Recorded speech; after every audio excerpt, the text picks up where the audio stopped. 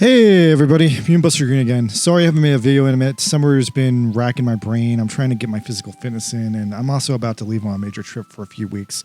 I'm also trying to work on episode 2 of the Mune Busters, and YouTube is kind of hard sometimes. So I was going to review that dog shit War of the Worlds movie, which seems to be what everyone's doing this week, but nah, that movie sucks. I don't even want to waste my time on it. The main reason I didn't watch that movie, though, was because a number of my friends online were surprised that Cyborg 009, the musical, was suddenly available for free on YouTube, so I watched that instead of Ice Cube War of the Worlds. So I guess let's just go through the entire 009 series once again and see, well, what's worth watching up in there.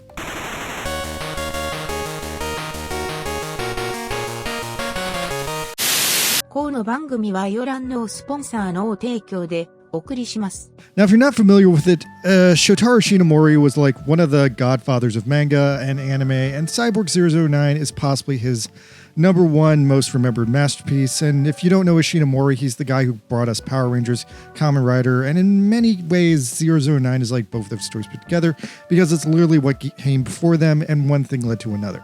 So in Kamen Rider, if you're familiar with it, a cyborg grasshopper was created by Nazis who escaped the end of World War II, and in Cyborg 009, a cyborg human is created by a person named the Black Ghost, who seems to be the sole perpetrator and lead benefactor behind all the world's world wars.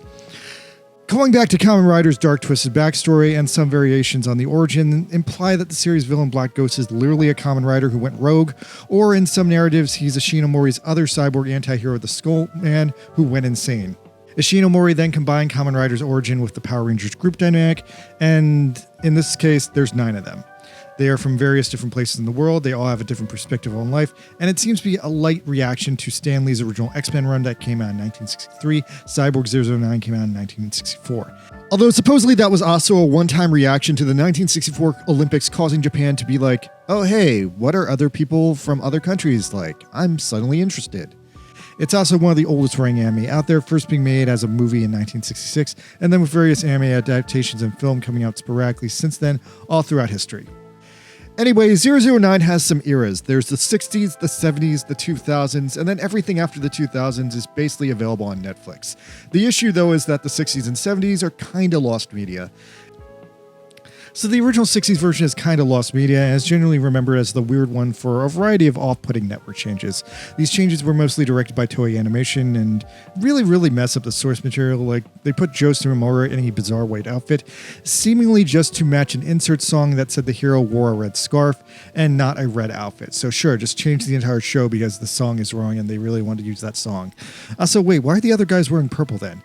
Another sin of this adaptation was the random choice to make Great Britain Cyborg 007 into an ineffective wacky child character, despite there already being one in the case of 001, and still leaving him with middle-aged Baron balding, even though he's like a child. I guess he kind of looks like Elmer Fudd here. It's a weird depiction of the character is what I'm saying.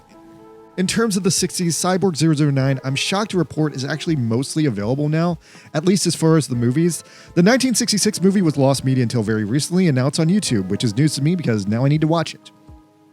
Then there's the more true to the manga 1967 movie, which I have seen. It's been available a little bit longer than that. It's kind of weird. Leave a comment if you want me to review it. It's honestly a whole different can of worms that I think I need to explain in its own video because it's neither good nor bad, but very interesting. The sense I get for the 60 series was Toei wanted to make 009 into an anime, but also seems to constantly disrespect and ignore the wishes of Ishinomori, causing a weird rift in the production, where Ishinomori eventually got mad enough to speak up about it. The second movie, therefore, seems like a direct apology to Shinomori, doing more content from the manga as a result. Then lastly, after the 67 movie, there's the black and white 1968 TV anime, also made by Toei, and despite having continuity with the films, is essentially the first reboot of the franchise where Joe now has its signature hairstyle from the manga. But I think he's still a race car driver. I think. Anyway, 007 is still a child though, and the series is also kinda lost media, so I don't know a ton about it. It ran for 26 episodes, it got canceled for being controversial. A lot of anime preservation nerds say this one's important because a lot of the animators were World War II veterans, and have singled out one episode as the best episode, although arguably the most controversial.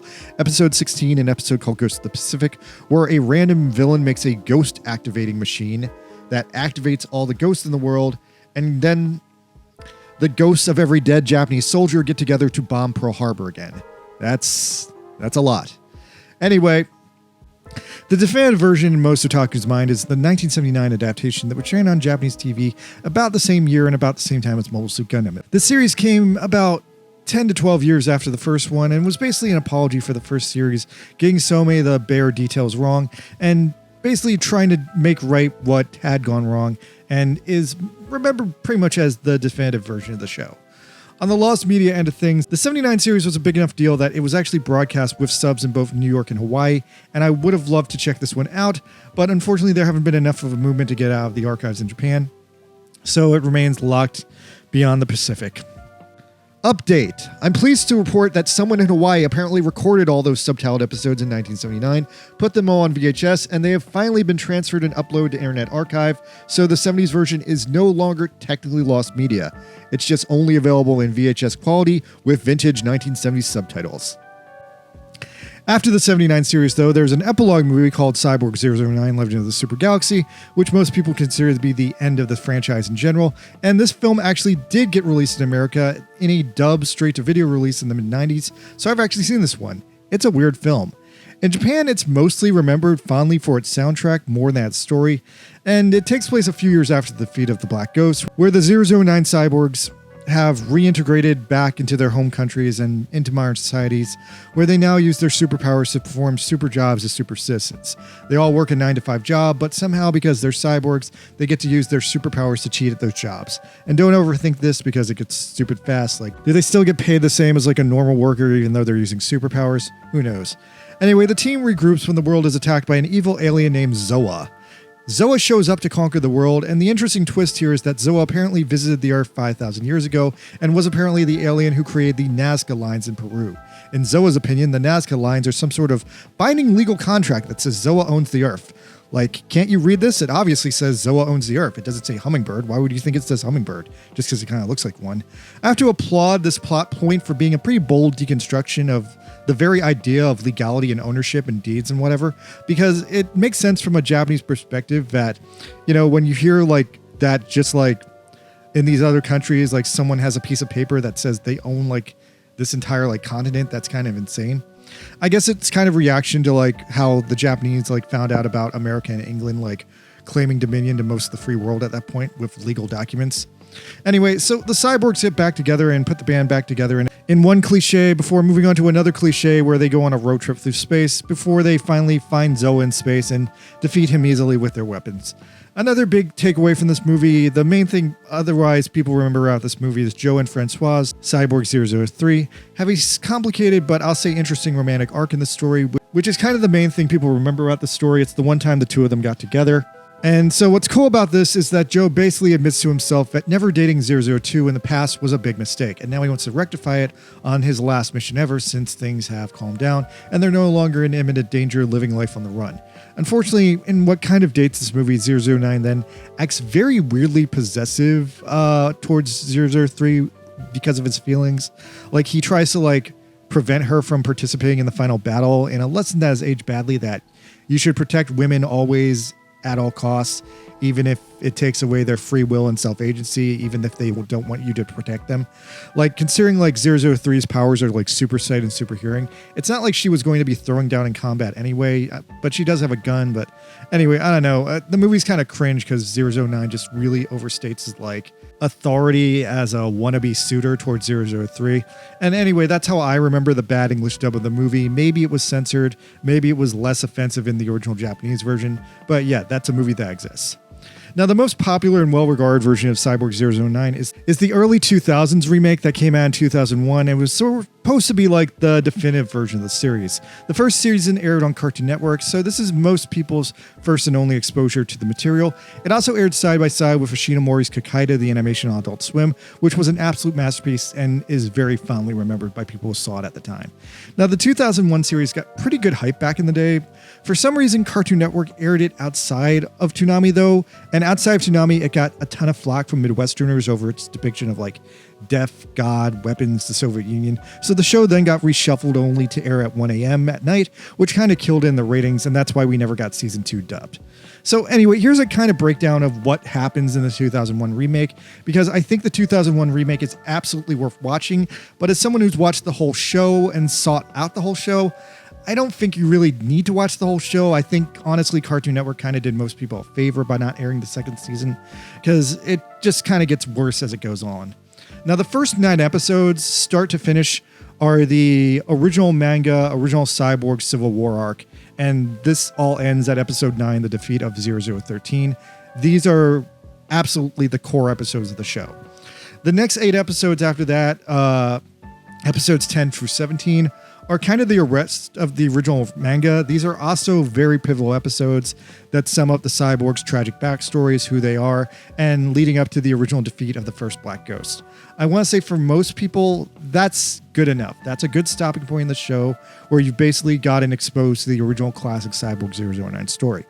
Cyborg 009, though, is honestly a victim of his own success because the original story was so good and so amazing that in the pursuit of money, in the pursuit of making this a film franchise, many people have spent decades doing various split hairs and various loose ends to keep the story going. And none of these extensions after the defeat of the first Black Ghost really work for me as a concept. So anyway, back to the 2001 adaptation. After that, there's a handful more of filler episodes, a few more backstory episodes, which are good. And then they go into the Greek gods arc. Now, this is a pretty satirical arc where the Greek gods from Greek mythology just show up one day on Earth and declare war on mankind. Sorry, all religions, you had it wrong. It was Zeus the lightning god as the real god all along. Now, the Greek god arc ends up dragging out to the end of season 1 and ending on a very dumb twist that actually turns out they weren't Greek gods after all. They were actually a complete second batch, second generation of 00 cyborgs who were additionally brainwashed and confused to think they were the Greek gods so that they wouldn't rebel like the first 00 cyborgs. And when Black Ghost was defeated, they all got loose and tried to take over the world. Also, shout out to Kamen Rider X, which also has a very similar story. So yeah, after that, the show kind of just gets worse from there. Season 2 is a massive step down in terms of quality, in terms of animation, in terms of everything. There's a couple of fillery arc episodes where the cyborgs just fight cryptozoological monsters for a while. None of these are any good. And then there's a slightly more serious arc near the end where they fight a group of psychic mutants, which are kind of a reference to Ishinomori's Amazaman manga. And then at the end of the show, they go back to fighting Black Ghost again, who showed up alive and well out of nowhere. And then finally, the last 3 episodes of the show are considered kind of an OVA, and randomly the cast gets blue outfits. Anyway, the last couple of episodes are almost a rewrite on the Super Galaxy story, but instead of the alien Zoa, it's now this girl named Queen Himiko, who seems to be like a super-powered ancient priestess or something. All the same, she once again declares that she wants to control the Earth, so the cyborgs get back together to defeat her, and also Joe has like drama about his relationship with Francoise. So once again, story over. Then after that, they've made a handful of spin-offs and remakes. So after the 2001 series, the only one of these I can recommend to you is Cyborg 009 vs. Devilman. That is a must-see, and it is also the most faithful on-screen depiction of the original Devilman manga. But yeah, so then after that, Production IG made Re-Cyborg, which was a failed attempt to seemingly retell the story as like an adult cyberpunk story in the vein of Ghost in the Shell.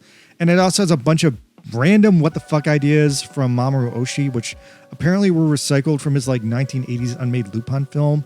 Now then, Re-Cyborg is followed up by Call of Justice, which again, kind of more the same, still didn't work, still had really bad CGI. All I remember was there was a tornado episode and these people could not animate a tornado. Lastly, there's the 0091 spin-off series, which I'm just mentioning here because a lot of people are confused about if this is Cyborg 009 or not.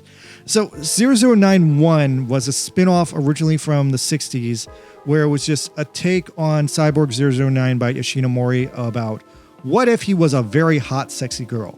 But over the years, the series has tried to take itself more seriously and tried to differentiate itself from standard 009, that it's settled into kind of a cyberpunk James Bond series for girls. It sometimes takes place in the same universe as 009, and sometimes it has characters that reference 009, but usually it's its own thing set in an alternate history where the Cold War went to like the year 2100. Now, I feel like I have to bring this one up because, yeah, once again, people get confused about what this is. But in a nutshell, it's a very pervy take on the material. And some people have also referred to this as the new Cyborg 009, but it's 0091. It also had a significantly panned adaptation in 2006, which apparently came on the footsteps of 009, the anime, and Kikaida. I guess I have to seek that out now because apparently it's a trilogy with those.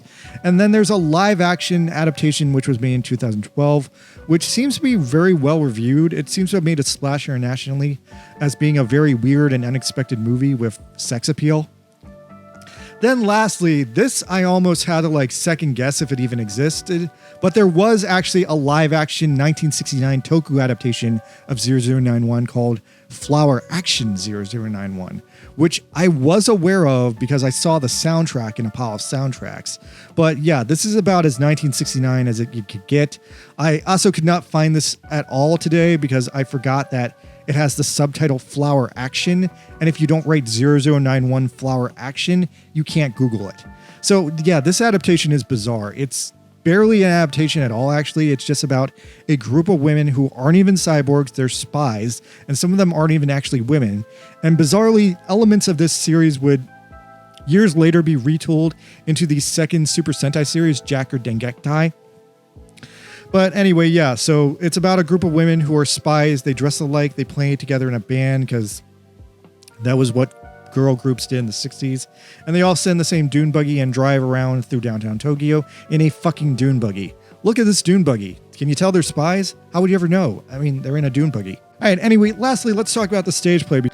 Yeah, so the stage play is the first new 009 content since the end of 009 Call of Justice, which was 2017, so it's been 8 years. Yeah, this is our first new Cyborg 009 content in 8 years. The stage play once again goes back to the original manga, and as a result of that, it has a great deal of overlap with the 2001 series. The stage play is basically a retelling of the first 4 episodes of the 2001 series, but in live action and with the production values you'd expect from a Japanese stage play. Now, the stage play has currently been dropped on YouTube as an act of goodwill to promote the second part of the stage play. I watched it raw because I think my Japanese comprehension is high enough. I'm curious, since they are making a second part, would the second part just adapt the next 4 episodes of the show? Because I think those first 9 stories are really the heart of the 2001 anime. Anyway, so the anime-inspired stage play thing has been really taking off lately, although apparently it dates back to the 70s. I sometimes hear about these. Sometimes I hear they're good. Sometimes I hear they're bad. I saw a selection of the Phoenix Wright one that was pretty well reviewed. It had a bunch of sequels. I also heard the Naruto one was really good, and the My Hero Academia one is supposedly good nowadays. This one, though, in a nutshell, this Cyborg 009 stage play is unfortunately kind of bad. There's no unique content to it other than the songs, and the songs kind of suck because they're in a genre I just super don't love. It's the Stomp-inspired, Hamilton-inspired American hip-hop genre, which means all the songs are in English, which is weird. But unfortunately, none of the songs are particularly catchy. They do at least play the 1979 anime opening as an instrumental a few times, so I enjoyed that. But yeah, the music kind of sucks in this musical, so it was kind of a chore to get through. Going through the cast real fast, they all pretty much have problems. 001 is a literal doll inspired by the anime character and not a real baby, and then they whip him around the stage on a fishing line to simulate his psychokinetic powers. It's kind of funny, but also flying baby in the air, weird. 002, Jet Link's trademark American redneck mullet, is badly interpreted in the show as a lady's wig, and he only has 2 major appearances in the show. 003, Francoise, I would say, is probably one of the strongest members of the cast in terms of acting ability. Also, she's the only woman in the entire show, and she has amazing dancing prowess. But to overemphasize her cyborg hearing, she wears ridiculous plastic ears, and they just look stupid. 004, I don't mind him at all, but he has a very minimal presence in the show. I feel like he only appeared twice. Same with 005, Geronimo Jr. I think he looks the part, but I, again, feel like I only saw him for 2 seconds. 006, Chang Chanku is kind of a bummer member of the cast. They gave him a really weird haircut, and I think the actor is kind of pushing it age-wise for what I believe. I feel like this guy's in his 60s. I guess Chang Chanko's supposed to be on his older side, but I don't know. This guy just seems like he's massively out of it, and he just wasn't fun at all. 007 was kind of a weird one for me. I initially disliked him because he's wearing a very lame bald cap that I can definitely see through. And instead of just being a white guy, he's an Asian guy wearing clown makeup.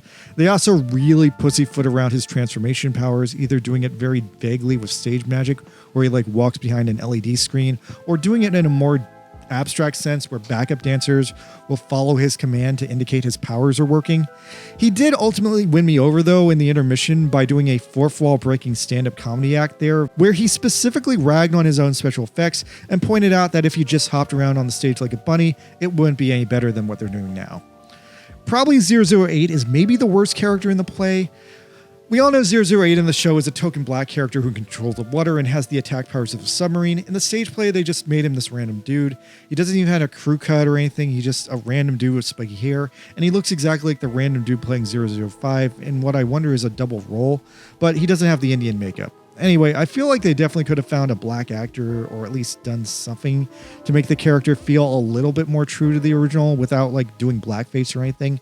It doesn't help that the play also uses Ishinomori's unrevised original art for the character, where he barely looks like a human being.